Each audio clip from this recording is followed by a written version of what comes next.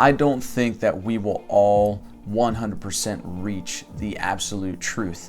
Now, for me personally, that's hard to hear. I know that, but it's hard to hear because I'm the type of person that wants to know everything about everything, and I value truth so much that I want to know the truth, and I will fight for it and look for it no matter what. So that being said, I think that wonder and awe is a necessity. What's going on, guys? So today I wanted to talk to you more about the journey of truth that I referred to in my last video. And I want to talk about some ways that I think I was misunderstood by some people in my last video, and just some misconceptions that came with some of the things that I said. And if you haven't seen that video, be sure to go and check it out. I'll make sure to put a card up here. But what I was referring to in that last video was the journey of truth, like I said, that I think that people, basically I'm summing it up right now if you haven't seen it, and if you're still watching this video and not going to watch it. So what I was talking about was really, I think 80% of the journey to truth is a lot of objective, observable truth and research. And I think people get to some sort of truth there or belief system there, and they neglect the other 20%. And in my opinion, that has to do less with objective, observable evidence and more with subjective experience. And what people heard out of that was, you're talking about an end to the journey, and there's no end to truth, the journey of truth, and none of us have it right. And I agree with all of that. What I was referring to in that last video was foundational beliefs. Like if you say, I'm a Buddhist, or I'm into Wicca, the old religion, or I'm an atheist, agnostic, or Christian, or whatever, just any solid foundational belief. Now, nobody in those belief systems, or anti-belief systems if you're atheist, nobody has everything 100% right, and nobody's going to. What I was referring to was the foundational belief that people, like in my case, like I don't know, and a lot of you know this, a lot of you know parts of my journey, is that I don't know where I fit in. And that has to do with the whole philosophical misfit thing. Like I don't know what to call myself and where to fit into all this. And so I'm trying to find, what are those foundational beliefs? And I think that a lot of people would have a easier time, a better time, if they would actually go back and rediscover their foundation, no matter what it is, no matter if it's theism or atheism, going back and rediscovering why you believe what you believe. And I mean, that's part of my journey. That's part of what I'm doing, because I used to, say that I was Christian, and I used to, most of you know this. I used to, be a leader at church, be on the worship team. I went to ministry school, all of that. And then I kind of stopped all of that, as a lot of you know. And now I'm like what do I believe? And so on this journey of me trying to figure out not truth as a whole, but the foundational truth, I think I'm noticing that I'm really searching out objective, observable evidence to find that truth, to find the foundation for myself. But what I've seen in others, and what I don't want to get caught up in, and what I don't want to do on this journey, is to get caught up with that objective, observable research and evidence, instead of going towards subjective experience. Because for me, if say I had a I don't think, okay, let me say this. I don't think belief is, and I know that I did a couple videos on the difference between belief and faith. So this is my own subjective opinion. I don't think belief is a choice. I think belief comes from a subjective experience, and then once you experience it, then you realize this is the truth. So you would be hypocritical and lying to yourself if you were to deny that truth. I would call that belief.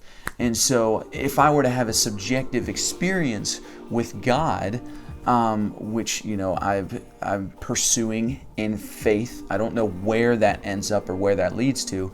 And again, these are my own subjective definitions of that. So if you want to know what I mean when I say faith and belief, go ahead and check those videos out. But yeah, I'm on that journey to in faith to find that belief. But I believe that belief comes by subjective experience. And so that's what I was referring to in my last video when I was talking about truth and when I was talking about the journey to truth. No one, okay, now I'm kind of transitioning into the aftermath of that since I've explained myself a little bit more on what I meant. Now, no one in their foundational truth has it right. I think. I mean, even if you're an atheist, like, and you believe, I say believe. Well, atheists say they don't have any beliefs, but I don't think that's true. That you don't have any beliefs because you believe in yourself. You believe in science. You experience it. You know it. So I would call that belief, but you all would call it something different. Totally fine. Dang, I was on a roll. Totally lost my place. God. Oh, got it. I remember where I was at. Okay, so whether you're theist or atheist and you have that belief system, you don't know the full truth on the journey of truth. Even if, like I said, even if you're an atheist, like science does not know the exact origins of the universe. Like it's still theory. And if you're a theist, you don't know. Even if you claim to know, I would say that's just a lot of pride. And by the way, I think theists can learn a lot from atheists in regards to being humble instead of prideful. But that's a whole separate topic.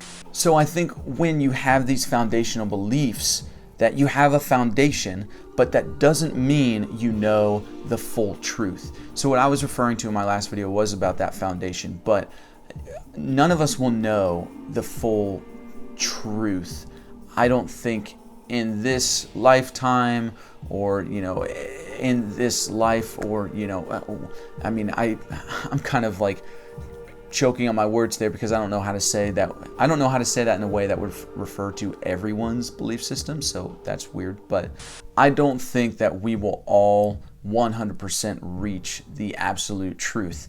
Now, for me personally, that's hard to hear. I know that, but it's hard to hear. I'm saying it, but it's hard to hear because I'm the type of person that wants to know everything about everything, and I value truth so much that I want to know the truth, and I will fight for it and look for it no matter what, no matter how it looks to other people, no matter the roads that I go down, how dark they may look, or how great and blissful they may look. If it's truth, I want it, and I want it. So that being said, I think that wonder and awe is a necessity in our journeys, but no matter what you believe or don't believe, that awe and wonder is a necessity. And that's something that I have to keep reminding myself of. Like in this search for truth,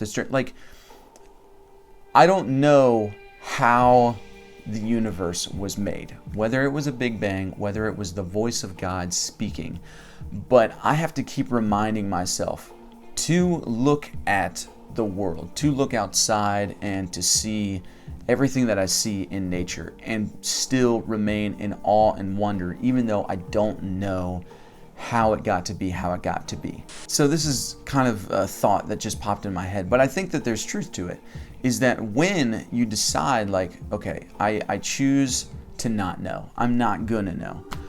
I think once you get to that point, you start to understand and you start to know. And I know that that's happened to me before, where I just let it go and I just kind of surrender to the unknowing, and which I would call kind of faith. And then things start to present themselves to me. And I think I've actually talked about that on this channel. I don't know. So anyway, all that being said, what I was referring to in my last video was foundational beliefs. And once you have that foundation and you're still searching inside of that foundation of what's true, there's no end to it. Like there's there's no end to the journey. I look at the journey as a relationship to the journey. I don't look at the journey as it's just this concrete, there is an ending. I think even if we see an ending, we're going to realize that once we're there, it's just the beginning. And so I think to cope with that, for me, in order to cope with that, I have to remember to be in awe and wonder of, I don't know how it's there, but I recognize its beauty, and I love it. So that's it for today, guys. I hope you enjoyed that. I hope you got something out of that. If you like this video, please like, subscribe, and share. And I'll see you all Friday if you're there for the live Q&As that I do. Fridays, Eastern Standard Time in the States. I do it somewhere between 5 and 7. And then I'll usually do like 2 hours. So if you want to be a part of the live streams, join us. It'd be awesome. And if not, then I'll see you misfits later. Peace.